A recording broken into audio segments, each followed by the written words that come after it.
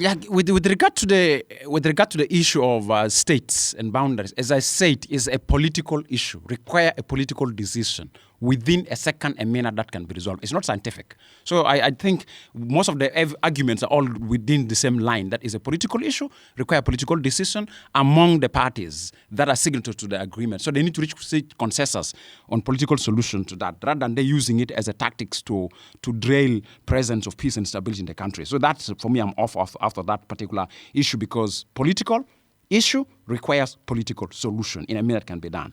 Let me come to the question of other questions that are raised, other concerns.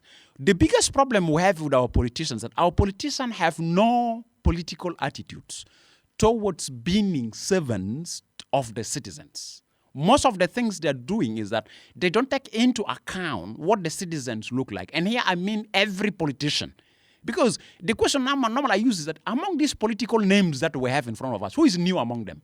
Apart from recycling themselves, from being yellow today, next tomorrow is red, but Bokra blue, next tomorrow is dark. Who among them is new? These are the same politicians that we know them in our history. For me, since when I was young, these are the same names. And the same names are frustrating me, getting old, and soon my kids also will get them. And if I sit on the table with my kids, I use the same names, and my kids will build on the same names. So can the same names not change their attitudes and give chance for the stability? And the shameful position is that these are the things, but then we're challenging Khartoum. We say Khartoum is marginalizing us, is oppressing us. We are second-class citizens, we are not first-class citizens. It's the same elites doing that, what is happening in Khartoum. So for me, it's every politician have to take time and review his own aspiration as a politician with regard to stability of South Sudan. So for me, whatever you go for numbers does not matter if political attitudes remain the same. Even if you bring it one particular region, still if these political attitudes continue, it will not help us. So it's a question of political attitude change and behaviors to make South Sudan be the South Sudan we want, not South Sudan that political elites want. That's one thing that I'd like to put forward. So whether the numbers are 10, 15, 32, 3, or how many, as long as the political attitudes remain the same, there's nothing that will make us not come again back to the studio and shout. So that's what I like to say. Our political elites need to change their attitudes and behaviors so that they can give chance for citizens to feel that we own the nation, so they don't own. And it's a liberation cast that we're suffering from. Always liberation cast. People who liberated that, they will say, we liberated you. They will not believe that you contribute to the liberation. So that particular political attitude needs to be changed. And there are those who say, because you say you have liberated us also, let's have the chance to sit on the seat. Why don't you sit on the seat long? So these are political ambitions that are too much among politicians. And specifically, when you have political parties without vision of what they say they are campaigning for to be. Most of our political parties are today, you cross-examine. Some of them just are doing copy and paste of manifestos. But when you ask the political ideology and rationale behind those manifestos, some of them is very hard to explain. I've tested recently some of them, asking them about their own manifestos and challenging them about their own manifestos. Their reasoning is not in line with what is in the manifesto. I say, look here, this is a culture of copy and paste. And this technology of computer, this day have helped us that you download manifesto of maybe Guatemala political party and just change them to a South Sudanese political party. And you don't know the reason, the rationale behind that Guatemala political party. And if you do research, I did the research. I realized some manifestos are manifestos of other political parties. They just change the name. They are very lazy. And also, the nature of our political elites, the type of the education that have undergone before previous argument of political. The world is changing. Degrees of 60s cannot be equivalent to the degrees of today, my friend. The level of education have expanded. The scope have expanded. So these are some of the things that we need to change really the practices and the reasoning that we have. We have to accept the reality about the world of today. The UN Security Council, my fear is the UN Security Council have expressed disappointment. US, as a pen holder of South Sudan, the Security Council have expressed its disappointment. IGAD have expressed that disappointment. AU have expressed that disappointment. We have expanded. And you have heard of what Honorable Minister of Information was saying, that he has been seeing double standards. Some say, if you form the government minus X, we will not acknowledge this government. You say, okay, now let's go and extend this. So for me, what is required from the parties to the agreement in order to provide a good response to the Security Council call? One, the 100 days must meet its expectations. They must meet the expectation of the 100 days. What are their expectations? Unified army are in place. They are trained. They are redeployed. The issue of the states, they have reached political consensus. It's not that they have reached political solution. They have reached political consensus. If they all agree that this is what we want to go, the international community, everybody will accept political consensus on the issue of the number of states. They incorporated agreement into the constitution and then the enactment of the 5 security laws, and then minimize some of these incidents that you have mentioned, harassment. Some of these harassments are not state policy. It is just we have soldiers who are in uniform with a different understanding. Even without directives, they want to harass.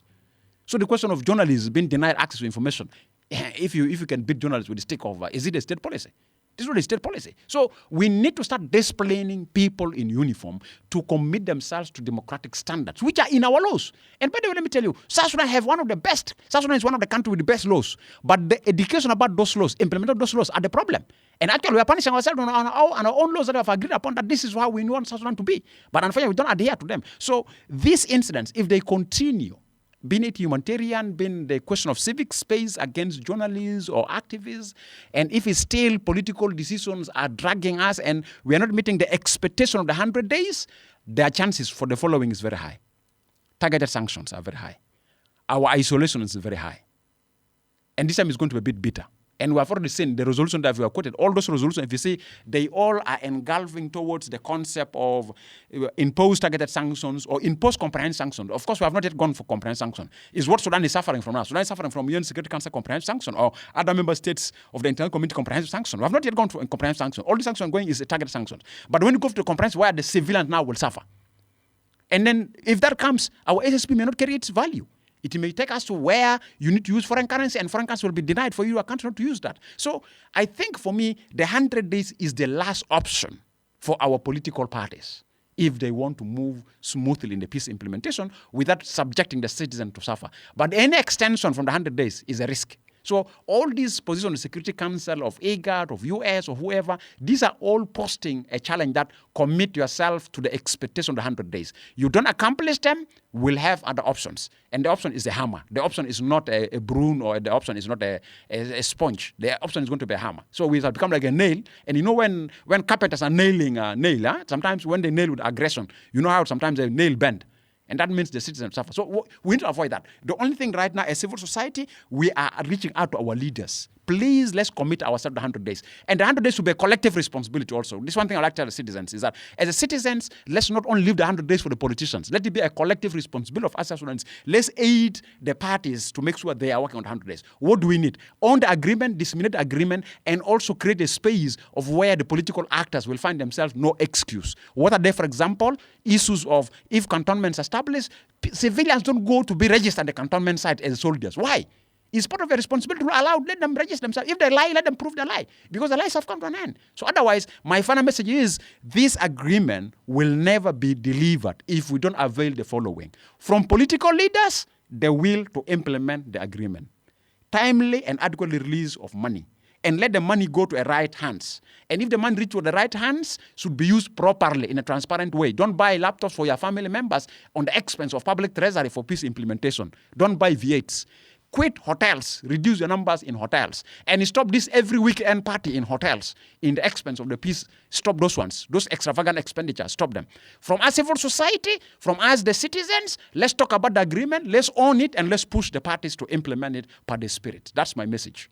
Thank you very much, Edmund Yakani, the Executive Director of Community Empowerment for Progress Organization. And special thanks also to whoever has been listening to this program, Peace Forum, right from the start until now, and also to all the callers who managed to make it through. Thank you very much for the dedication and time you have given us. I've been Kale Julius Dada, your host of today. You can catch up next week, Saturday, that is from 8 to 10 a.m. Radio Bekita.